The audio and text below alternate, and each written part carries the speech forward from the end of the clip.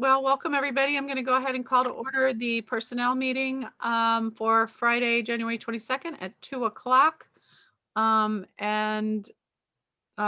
Matthews, it looks like first thing up is policy revisions from the Maryland Healthy Working Families Act. Thank you, Councilmember Gilbert. So hopefully everyone had a chance to review the materials I sent out yesterday afternoon. So Ray and I will just try to hit some of the highlights out of respect for your time. So as noted, the Maryland Healthy Working Families Act mandates that employers in Maryland provide what is referred to as earned sick and safe leave. Employees with 15 or more employees are required to provide paid, earned, and safe and sick leave, while those with less than that have to provide unpaid, earned, safe, and sick leave. So obviously we fall into the paid, earned category. Under the Act, eligible employees are entitled to accrue up to 40 hours of safe and sick leave in a year, regardless of the number of hours the employee works. As an employer, the city has the option of electing to award those 40 hours at the beginning of the year or in some other manner. The policies that you're considering today basically do assume that that is sort of front loaded, and we are recommending that our year start and end with the fiscal year. So that year for our purposes would begin on July 1. An employer is not required under the Maryland Healthy Working Families Act to permit an employee to use that leave for the first 106 days or 15 weeks of employment. And the law does require that if someone leaves the city's employment and they come back within 37 weeks of being separated, the city will be obligated to basically reinstate any earned and unused safe and sick leave. Did want to note that the Act does exempt several types of employees. There's a whole laundry list of those, but for the city's purposes, the ones that are most relevant are that the Act does exempt employees who regularly work less than 12 hours a week and individuals who are younger than 18 years of age before the beginning of the year. So that will obviously kind of impact some of our temporary or seasonal staff. For our regular staff, and by regular, those are our benefited staff members, whether they're full-time or part-time. We've long had a practice of offering sick leave to our benefited staff members, both for their own individual use as well as the care of family members. And in our case, even though it's entitled family sick leave, an employee can tap their family sick leave for their own personal illness. So what's included in your agenda packet, there's two different policies, and I'll talk about the one for our regular employees first. That's the one that's entitled just sick leave. We have made revisions to that policy for the committee's consideration to bring the city into compliance with the Maryland Healthy Working Families Act. Kind of just a brief summary is that basically employees would continue to accrue overall the same amount of combined personal sick leave and family sick leave. So that total number wouldn't change as proposed, but basically to comply with the law, we need to give our employees more family sick leave and less sick leave hours. So that's how we're proposing that we come into compliance, is leaving everything the same overall in terms of combined accruals, but just sort of redistributing the way the leave is reflected and accrued. What we are also proposing is that kind of for ease of implementation yet this fiscal year, we have kind of struggled a little bit with how to do this programming in the Eden system. What we are recommending to the committee for this fiscal year is that we give each of our benefited employees an additional 8 hours of family sick leave. And our intention would be to do that as soon as this policy is approved, hopefully on Monday. So our 40-hour-a-week employees, if you all approve this implementation approach, would get an additional 8 hours. Our employees who work 35 hours a week would receive an additional 12, while those working 25 hours a week would receive an additional 20 hours per week in fiscal year 2021. What we would propose going forward is that we would start sort of front loading the required family sick leave on July 1st of each year thereafter, beginning July 1st of 2021. So that's how we're proposing to handle our regular staff, and that's just through a revision to an existing policy. As I mentioned, those employees who are regularly work more than 12 hours a week are entitled to safe and sick leave under the Maryland Healthy Working Families Act. By policy, the city has not provided those employees in the past with any sick leave, whether personal or for family use. And we do have at least one employee who falls into that category. It's a Recreation and Parks employee. So we have crafted a new policy that we are submitting to the committee for your consideration. It's the one that's entitled in your meeting packet, Safe and Sick Policy, Temporary Seasonal Contractual Employees. So I guess with that, Councilmember Gilbert, as the chair, what staff is recommending is that the committee endorse adoption of the revised sick leave policy for our regular staff members and adoption of a new safe and sick leave policy for our temporary, seasonal, and contractual employees. And we would also further ask the committee to approve the crediting of additional family sick leave in FY 2021 for our regular staff members, just to make sure that we're in compliance. And with that, I'd be happy to answer any questions that you all have. Tony, Councilman Cavacci, do you have any questions right now on this particular? Sorry, I plugged in a speaker system. I was having a little trouble hearing, but I think it cut my mic out. Can you hear me now? Yeah. Okay. So on the regular policy, not the temporary and seasonal one, although this may cross both lines, I'm not sure. When the employees have this sick and safe leave, is that something, does that continue to accrue as time goes on? Or is this just when the year ends, that 40 hours just resets each year? How does that work? Right, that's a great question, and thank you for asking that. The way it works currently is if an employee at the end of the fiscal year has unused family sick leave, it actually converts to personal sick leave. That's been the city's practice and policy for quite a while. So we're not suggesting any change in that. So what would happen if they have unused family sick leave, it would basically convert to personal sick leave at the end of the fiscal year. And then as we're proposing to implement the Maryland Healthy Working Families Act, is then that employee would then be, if they've been here at least 106 days, would have available 40 hours of family sick leave credited on January 1st. If they've been employed 106 days, they would be able to use that 40 hours immediately. If they're a new employee or haven't been employed 106 days, that leave would still show on their account. They're just not able to use it. Okay. Okay.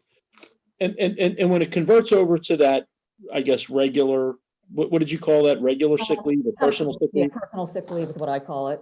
And is that a bank that builds up over time? It does. The city, different employers handle it different ways. The city does not have a cap on how much personal sick leave an employee can accrue.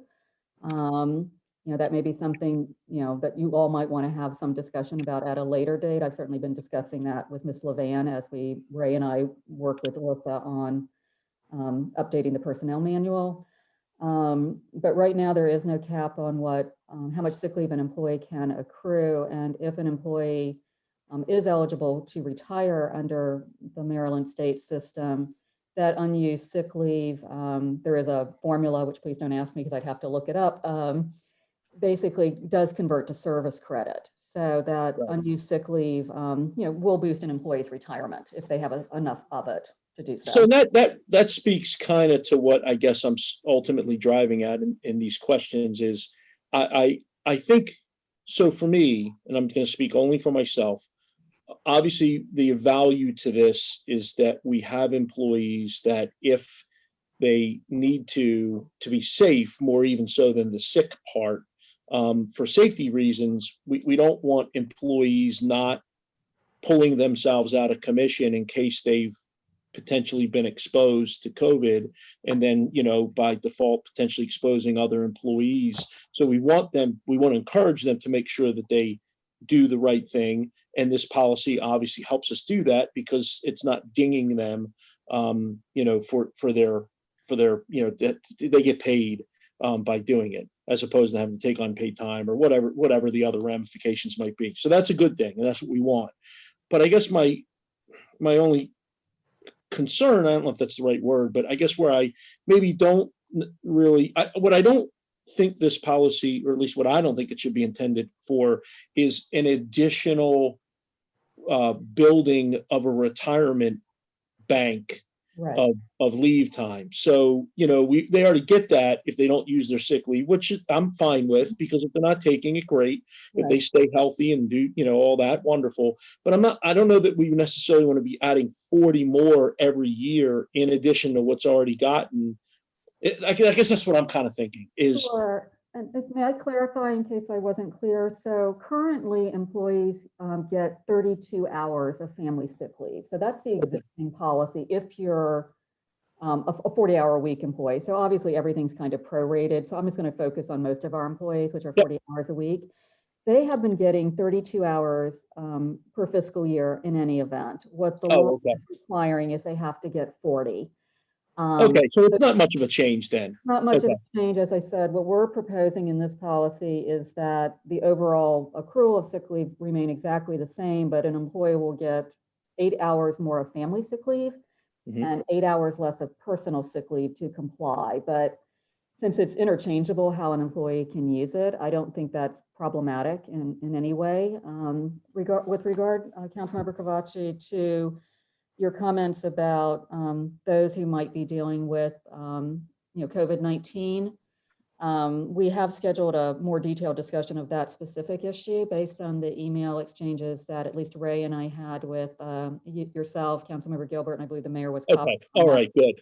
So if we can talk about that a little bit later, because I kind of view this issue of the policy compliance a little bit different than what the committee may want to recommend regarding the pandemic leave. Okay, I got it. I'm sorry. And that's just my not understanding and confusing the two or integrating the two. Great. Okay. I'm good. I got no other questions. I'm golden. Thank you very much. Sure. Okay, so Ms. Matthews, do I need to call for a vote so that we can go ahead and move forward with the change with the compliance with the Maryland Healthy Working Families Act, or?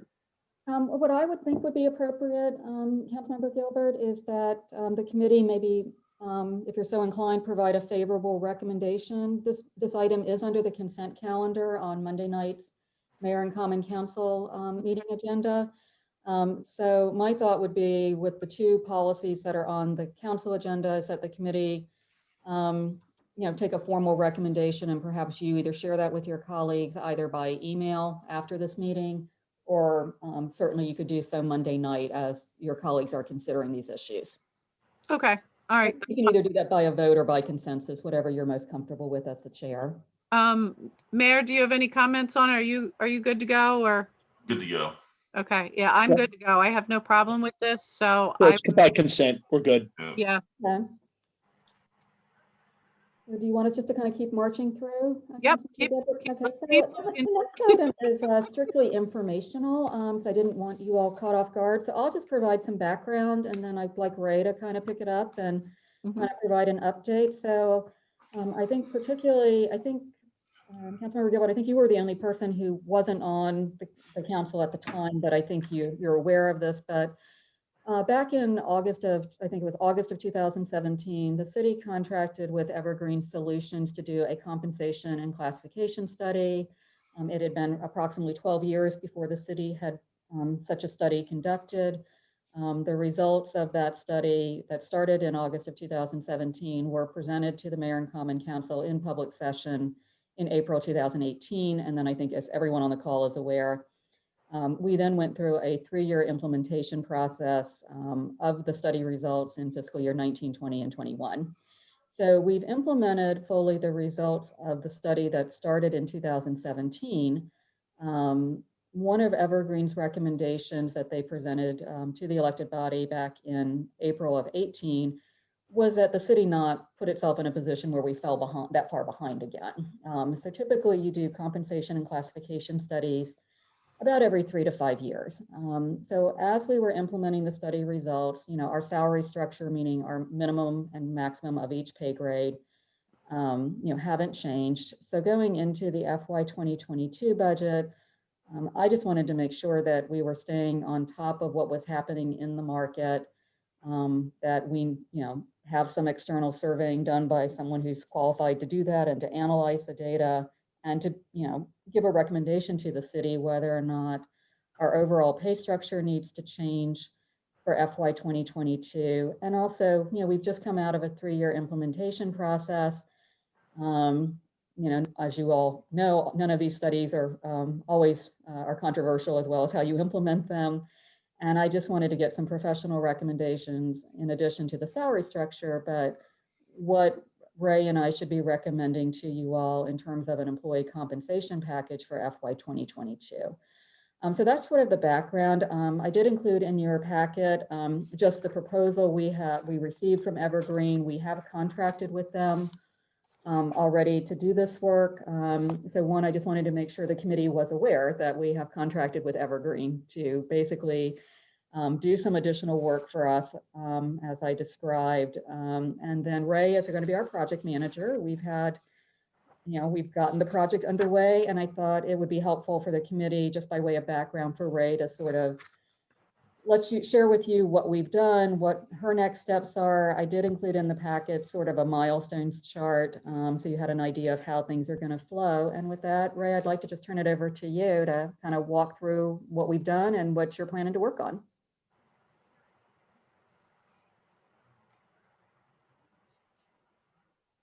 Ray, your mic.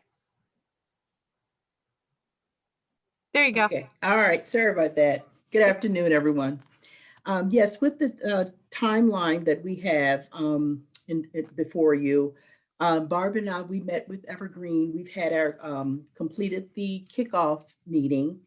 And in the kickoff meeting, we discussed the timeline and info documentation that we needed to present to Evergreen.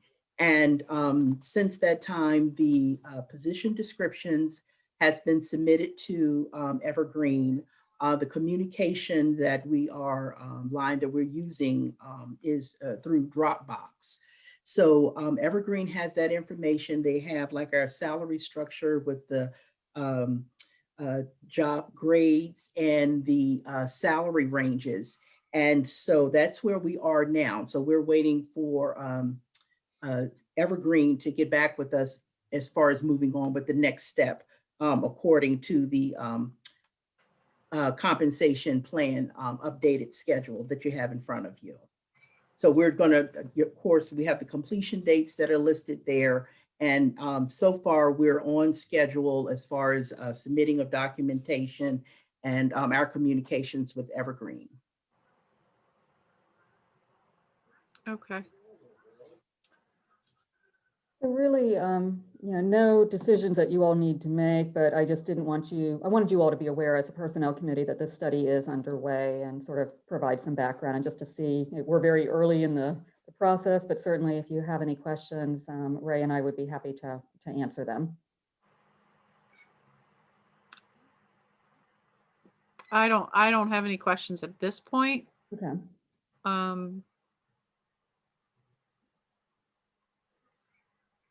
I don't have any questions. I think it might be a good idea if some of the stuff from the last study that we did, we got it to Councilwoman Gilbert, since she's the chair of this committee. She might just want to see how, I don't know how it's going to compare to the last one. I know we're not doing it quite the same way, but she might want to look at what happened last time, just so she, I'd want to see that. I mean, I know when we started this right after I came in, and the city hadn't done one in years. So it was a learning process for me. Yeah, so what I can do, if it would be helpful, is to send all of you the final report that we received from Evergreen. I think for those of you who were, in office in April of 2018, and I think that was just the mayor and Councilmember Cavacci, some of the data will look familiar to you, but I can certainly send you all the final report that Evergreen gave us, and also a copy of the presentation they made back in April 2018, if that would be helpful to the group. Yeah, I think so. I'd like to look at it again too. Okay. Yeah, that would be great. So if I'm understanding this, and this is just for my own clarity, since I haven't kind of seen this, I guess, it looks like they're just going to reevaluate everyone's current pay as we stand in, say, March 1st of 2021, and see if what we implemented is pretty much across the board and where it should be. Right, I think that's a fairly good summary, Councilmember Gilbert. I mean, as I mentioned, the labor market for a lot of reasons hasn't shifted a lot in the last couple of years, but certainly the last thing that, I want to see happen, and I'm sure you feel the same way, is to see our pay ranges start lagging again, because that really hurts in terms of just our ability to hire in new employees. Mm-hmm. So, we're not really necessarily looking at reclassifying every position, but they're going to basically kind of go out to the marketplace, see if our pay ranges, for lack of a better way of putting it, are holding up and still market competitive. Mm-hmm. And then certainly with the employee data file that Ray's going to be pulling together, they'll be basically giving us a recommendation as to what kind of funding to include in the FY 2022 proposed budget for employee compensation. And I guess just how that actually gets implemented by each individual employee. Okay, so I have a question. So the survey was done back in 17. Am I right on that? They actually, I think, got results back, and you're testing my memory here, Councilmember Gilbert, but I think the survey was sent out, like I said, we hired him in August of 17, and I believe the survey results came in like January of 18, more or less. So when they make their recommendations, whether it's then or now or whatever, it doesn't matter. Do they ever foresee in the future? Because I hate to keep spending money to keep doing an evaluation when if we kind of plan a little bit, we wouldn't have to spend the money for an evaluation, or Can I work that way. let me can I jump in here? Please. Yeah, because I've been through it twice. Yeah. Because I was in when we did one back in maybe 9 or something like that. Yeah, it was And then 12. again in 17. So the problem we ran into in 17 was we had not done one for like 7 years, 6 or 7 years. It was actually Coming 12. into 09 and 10, the economy went to hell in a handbasket.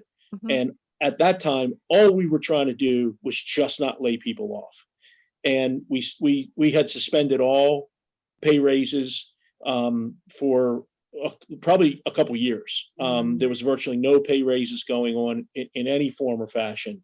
No step increases, no raises, no nothing. Because at that point, again, we were just trying not to lay city employees off in 09 when the economy really tanked. So that put everybody a little behind in terms of what you would expect the increases to be, but understandably so, because it was either that or we lay a bunch of people off. Then so that kind of put us a little bit in a pinch. Then we don't do one for years, for a number of years. We started going back to pay increases. We started adding percentages, doing some step stuff, but we were doing it basically based upon the study that was done pre-2010. So at that point in time, when we started kind of moving along back into doing pay raises and some increases and things like that, it was all predicated upon this really outdated information. So we do these increases, we think we're doing the right thing, we're adding 2% here, 3% there, whatever it was. But what we probably didn't really completely realize is we had never really rectified some of the things that were wrong from years ago, but we just kept piling on these increases, but not necessarily going in and looking deeply into each position and what people do. But more importantly, we were not looking at what other people were doing. So what we did in 17 when we hired this firm, they went out and looked at like 20 some other municipalities similar to us, both geographically, size, scope, responsibilities, all of those things. And it gave us a pretty good picture of where we stood relative to our competitors, for lack of a better word. And when I say competitors, I mean, places where other people could go work. I don't remember how much it took into account non-governmental pay, but it did, I believe, take some of that into account. So make a long story short, it was a rude awakening because we discovered that we really were probably worse off than we thought in terms of where we were compensating our people relative to what other folks were doing out there. And it forced us into a position where we really kind of had to scramble and start trying to play some catch up. And I'm still not 100% sure we've gotten all the way there at this point, but we had hard work to do it. In my opinion, the value of consistently doing this for not a lot of money on an ongoing kind of regular basis will potentially keep us from getting into that position again. And so this is 15K, right? That's what we're spending here. Yeah. So if we lose one good employee because of pay, because we aren't equitable in our pay, that we probably have spent that $15,000, even just on one good employee, because we all know what it costs to rehire an employee and retrain them, especially if we're talking, a cop or somebody in public works where it's technical. It could be a lot more. It could be $100,000 cost to the city to have that churn. So I think, in my opinion, this is a good, smart move for us to continually look at this on a regular, ongoing basis. Maybe not every single year, but certainly regularly, because I think it's going to keep us from getting ourselves in a position we were in 17, which I was part and parcel to, but we just kind of didn't completely know it. And, I think we then decided, and Joe, I know you were part of that. We then decided, hey, let's not ever let ourselves get into that position again, where we're so far behind. And I believe that what Ms. Matthews and Ray are doing is to try to make sure we don't get in that position again. So sorry, I know that was longer than I intended for it to be, but I hope that kind of puts a bow around what we're doing. And if I can maybe just add a little bit of additional detail. So it had been 12 years since the city had done a study. I can't speak for Ray, but I've never seen a jurisdiction go that long. So when I send you the presentation and I send you Evergreen's final report, and this may sound familiar, to Councilmember Cavacci, Mayor Dominic, what it showed on, so I guess there's two different things I just want to call out. One is that these studies do is, one is to kind of look at the actual pay structure. So that's your minimums and your maximums. And that's sort of your external market testing. The other is, how do people actually move through those ranges? So we had really two issues. Our ranges were incredibly far behind. On average, you'll see in the reports I'm going to send you, on average, our pay structure, meaning our minimums and maximums, was about 14% behind the market that we had picked, just to give you an idea of the scale. And then I think, like many jurisdictions, the city, as Councilmember Cavacci is saying, went through a very tough time in the late 2000s when the recession hit. Organizations, handled that the best they could, and in a variety of different ways. But certainly Westminster was not alone in, either deferring, not giving pay adjustments during those lean times, or giving bonuses. So if you give a bonus, it's very nice, but obviously it's not moving you through the range. So, the recommendation is every 3 to 5 years. We went with 3. And I honestly don't expect necessarily the ranges to change a whole lot. We could be surprised, but I think it's also very important for us as an organization, particularly for our more tenured employees who lived through those tough times, for us to be able to demonstrate that this is something that we're going to stay on top of, because they lived through it not having happening. And I think there's still a little bit of skepticism about how committed the city is to making sure we're market competitive. And I think being on that schedule every 3 to 5 years, I think is just an important commitment to make to our employees that we are going to stay on top of it. So like I say, this item is just informational, but I did want to let you all know that it was, that this work was going on, particularly since the budget will eventually be coming to you all. And I'd like to say one thing, I think, too, and just for Councilwoman Gilbert's benefit, when we came up with the plan the last time we did the study, and I don't think this was said yet, the plan was a 3-year plan. So we've implemented a version of what that original plan was, and now we don't have one. So the point, I guess to everybody else's point, if we're going to move forward with a plan and not the way that the city did, the way that Councilman Cavacci described, just throwing things where it felt smart, then we have to revisit it. when the plan's done. So it's time. I think it's good. And yeah, exactly. Like if, one employee loss could be $100,000 investment gone, and then that's just the actual money cost, not the cost of the actual vacancy and everything else, and the time that the director has to spend probably rehiring and all that stuff. So I think it's money well spent. Okay, that's that. Thank you for the history and kind of where we were. I was just kind of trying to figure out a normal pattern for how often a study should happen and kind of what direction to move in the future and future planning. So it sounds like we are kind of getting this taken care of. Yep. So Okay. unless there's any questions, I say I'll follow up with sending that information to all of you, just as background, and then certainly after you review it, particularly Councilmember Gilbert, since you weren't on the elected body at that time, if you have any questions, just let me know. Okay. I guess with that, I think this is, I'm gonna go ahead and just move on to the COVID-related leave, which is, I think what Councilmember Cavachi was sort of inquiring about earlier. And as I mentioned, there had been some email exchanges about this. So as you may or may not know, in 2020,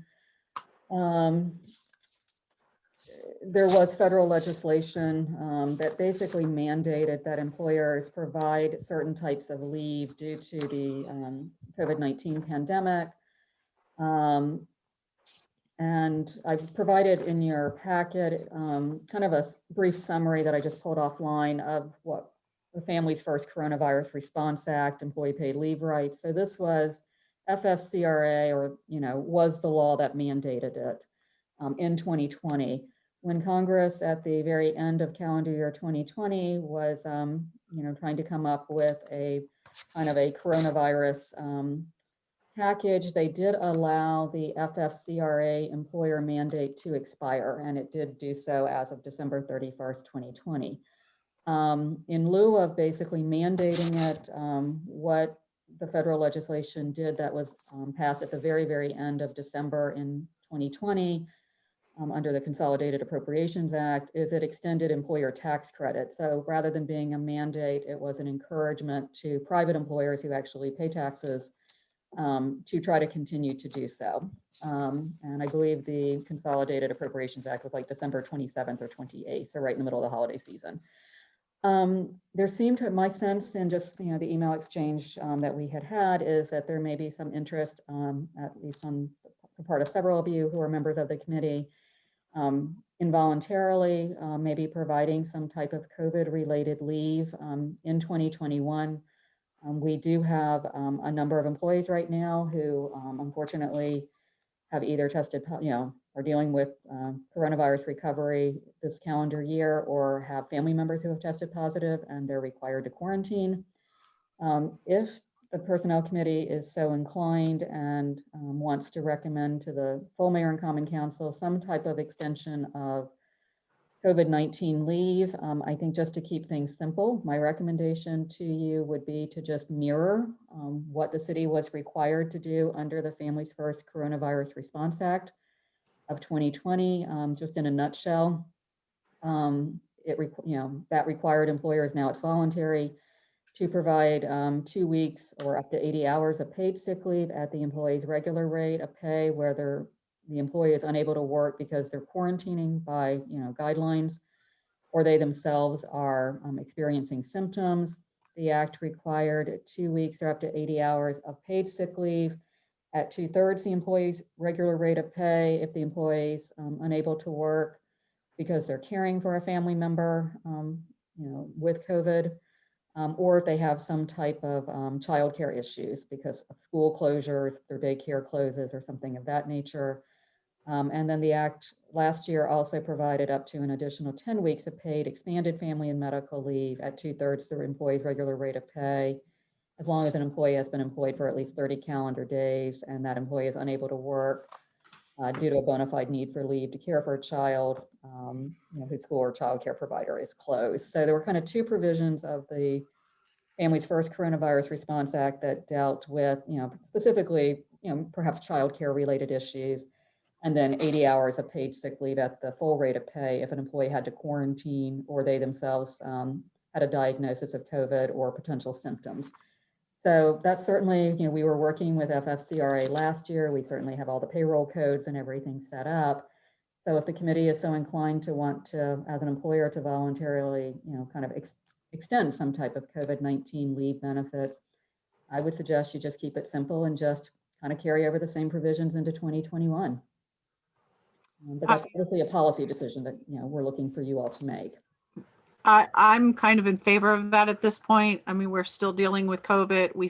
And even to a degree, I think it's actually kind of gotten to a point where it's worse now than it was early in the year last year when we had all these policies and procedures in place. And I don't know that it's going to go away in 2021 per se. And I hate for our employees to not either test or not quarantine for fear they don't have sick leave time, because that's going to make the whole thing worse. So I'm all for just mirroring what was in effect last year. Thoughts, Councilman Kovaci or Mayor Dominic? Wait a minute, Tony, speaker. Stupid thing. I agree 100%. I mean, we've talked about this obviously, so we're in agreement. We don't want to discourage people from quarantining when it makes sense. However, I hope you're wrong that it's going to be all this year. And what I would like to recommend to the full mayor and council is that we extend this through July 1st and have it sunset at that point. And then we can take it back up at, prior to it sunsetting, if in fact things don't get better. I don't want to do it for the whole year. And I know that's not necessarily what you were suggesting, but I'd rather have it sunset so we don't inadvertently just leave it for the whole year and then get ourselves in a situation where, it gets taken advantage of unreasonably so. So that would be my recommendation, is we recommend to the mayor and council to do exactly as you're suggesting, just mirror it through July 1st.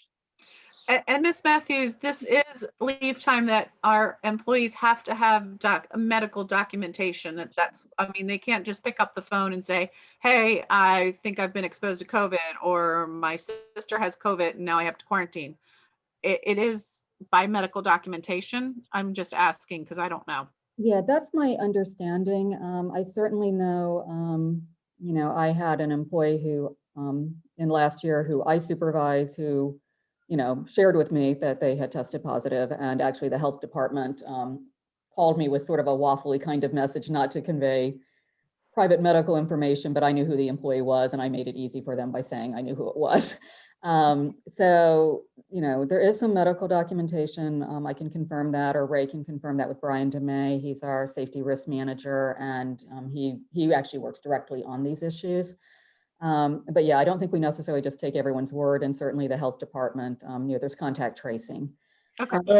I would say this though, we do have to be a little careful in that, again, remember our goal is to make sure people are quarantining, and part of that might be if they're exposed. And the problem is if they're actually exposed to it, we may not necessarily be able to get a medical document that this other person had it, because HIPAA would prohibit that. We can't make them get documentation from some other individual. So I think at a minimum, we are going to have to put a certain amount of trust in the employees that they're being forthright, and when they say they've been exposed, we got to believe them to some extent.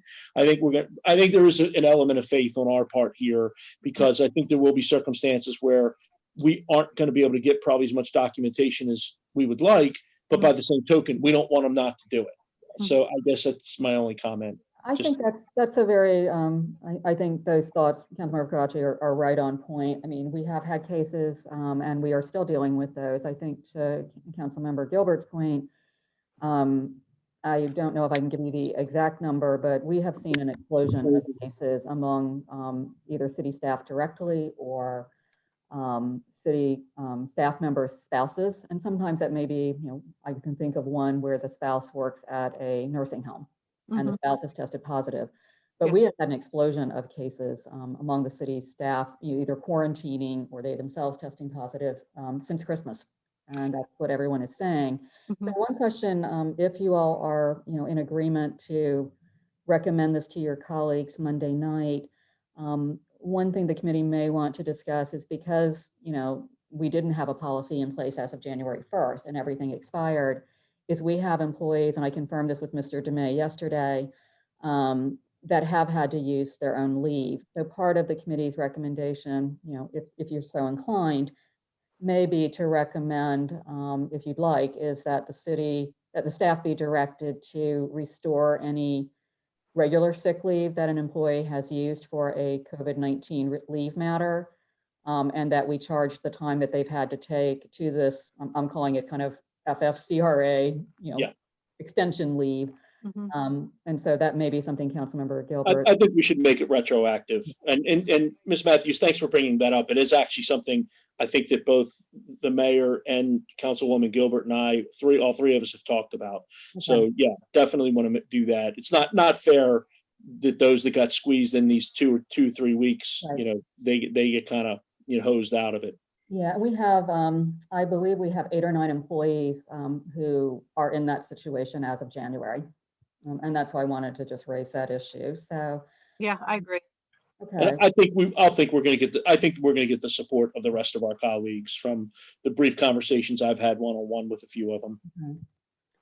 Okay, so I think Councilmember Gilbert, you want us just to go ahead and kind of move to the next item then, which is the annual leave or vacation leave accrual schedule. I think we're good to go.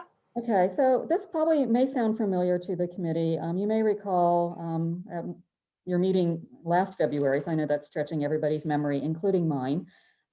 We were having a discussion at that meeting about just our hiring in new department heads like Ms. McCullough as we move forward, and making some accommodation as part of leave accrual when we hire new directors in particular.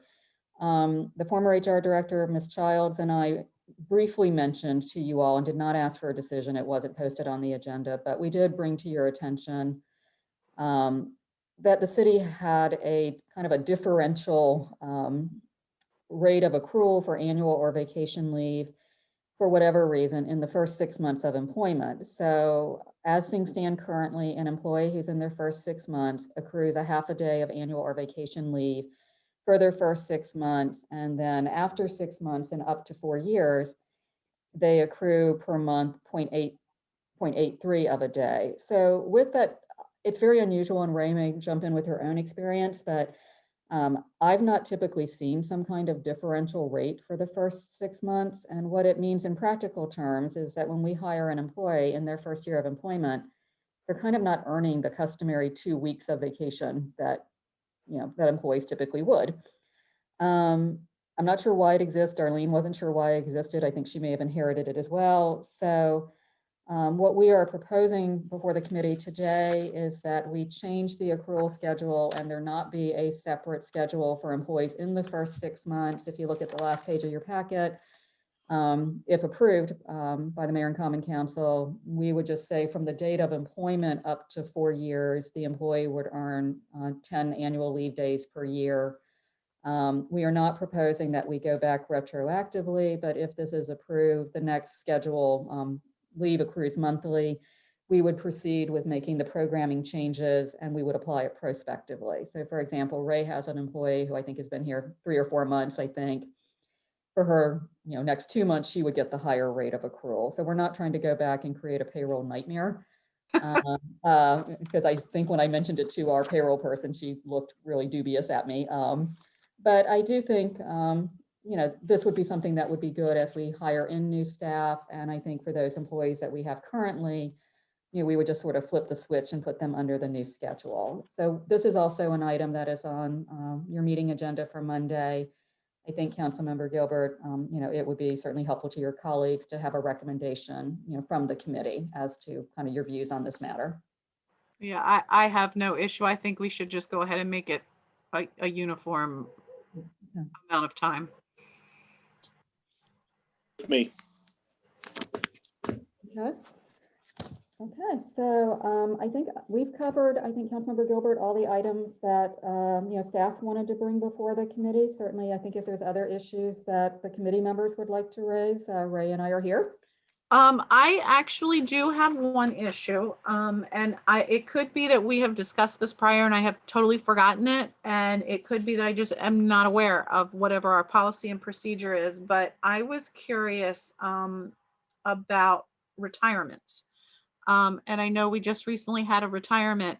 Is there, Ms. Matthews, a policy or procedure, of a general retirement gift per se, or process, or We do. I'd have to see if I can put my hands on it, but we basically, there's a scale, and I think Ray, you might be able to, Beth would have it if you don't mind maybe finding that, because she's going to be able to put her hands on it probably much more quickly than I do. But I think Councilmember Gilbert, I believe it's a function of, obviously meeting a certain number of years of service to actually be considered retired. There's a formula that kind of determines a dollar threshold. And I think during my tenure with the city, we used to have this catalog and people had to pick from something. I think it might have been O.C. Tanner, right? That name probably sounds familiar to you, but it really wasn't giving employees the gifts that they wanted. So we sort of have opened it up. And so I can tell you, like for Ms. Childs, she had a certain amount of money and she picked out a dress watch that she wanted. I think there was another employee, I think, who might have picked some kind of camping equipment. I can think of another employee who picked some kind of like iPad or something. okay. So we allow a lot of discretion for that employee to pick something that's meaningful to him or her. And then I think if they meet a certain standard, there's what I call the City of Westminster plate that I know we had some discussion about in the past. But I think the gift is really something of the employee's choosing within those dollar thresholds. And Ray can certainly send you that policy. Okay, all right, Certainly. that's fine. I had received an email of an upcoming retirement and was questioning that, and I really didn't know how to answer that question, so I thought I'd bring it up and ask you whether there was a standard policy and procedure and idea, and that kind of blended in with the idea of births and funerals and things like that. Shh, shh, shh. Sorry, I've got background noise happening. Births and funerals and cards, and I kind of was hoping that there was a standard, but I didn't know if there was and whether we needed to look into that. Yeah, so what we do so retirements, I think there is definitely a policy. Typically, and it's been definitely much more challenging because we don't have electronic signatures for all of you, but typically if there is we know someone gets married or we know they have had a birth of a child, typically when we were all together, we would circulate, if we were notified of that, we would circulate a card for all 6 of you to sign. Obviously, we haven't been together and we only have electronic, mayor's electronic signature. When an employee suffers, the death of an immediate family member, and we obviously, just unfortunately had that occur earlier this month. If the family designates a charity, in that they prefer in lieu of flowers or something, we basically will make a donation to that charity. If they do not, rather than send flowers, we have sent kind of a gift basket from Harry and David to the family, and the donation we would make to a charity would be sort of a comparable dollar amount of what we otherwise would have spent. So we try to tailor what we do in the case of the death of an immediate family member to what we perceive to be of most meaning to the family. And your choice. That kind of answered my question. Thank you. Sure. Ms. Matthews, we talked about the retirement plate. It's been like a year or two now. And I don't remember if that was like in a committee or if that was an informal conversation we had. I thought it was in the mayor's office over in City Hall after a meeting. But it was a committee meeting. I think you all brought it up. Ms. Childs and her staff, and Ray, you can certainly talk to Ms. Fay about this. They have searched the world over, is my understanding, and have not found a company. I know they did a lot of outreach to a company that can replicate those plates. So there's only about 8 or 9 of them, I believe, left, Ray, that are sitting around HR someplace. But I know that Ms. Childs at the time, and now Ms. McCullough's staff, particularly Ms. Fay, did a lot of research, and we have been unsuccessful at finding a company that can replicate that. Well, if I get the boot in May, I want one of them. There you go. Thank you. Yeah, I was asking to make sure that 1099 got them in May. Hey, Joe, geez, come on, man. I like one too. I wouldn't I'm mind. hoping I don't get one in May. We're not retiring, but I wouldn't mind snagging one of those. I think they're lovely. I really Yeah, they're cool. I will tell you, I tried to look because you know what, we sell promotional products and that's my real job. And I had I couldn't find them either. It's going to be tough to get those. Well, we can probably come up with something, not that I would sell it to the city, we'll Right. use somebody else, but we can probably come up with a cool replacement, but it won't be the same thing. But Correct. there are some nice, you know, nice things similar to that maybe we ought to look at since we are down to our last 8 or 9. Yeah, perhaps Ms. McCullough can talk to Ms. Fay, who did the research, and find out, you know, see if she identified in talking to this company something else that, as Councilmember Cavacci saying, might be, you know, not the same, but at least something. That Something nice. and look. Okay, I'll follow up. Yeah. And if you've taken a peek at whatever is in existence there, or maybe an old one, I don't know, there might be something there that, you know, some similarity with any of them that you can come up with. Yeah, so we'd be happy to do that and, you know, report back to the committee, whether either at your next We'll do meeting some or via research. email. Certainly. Okay, great. Any of you have anything else?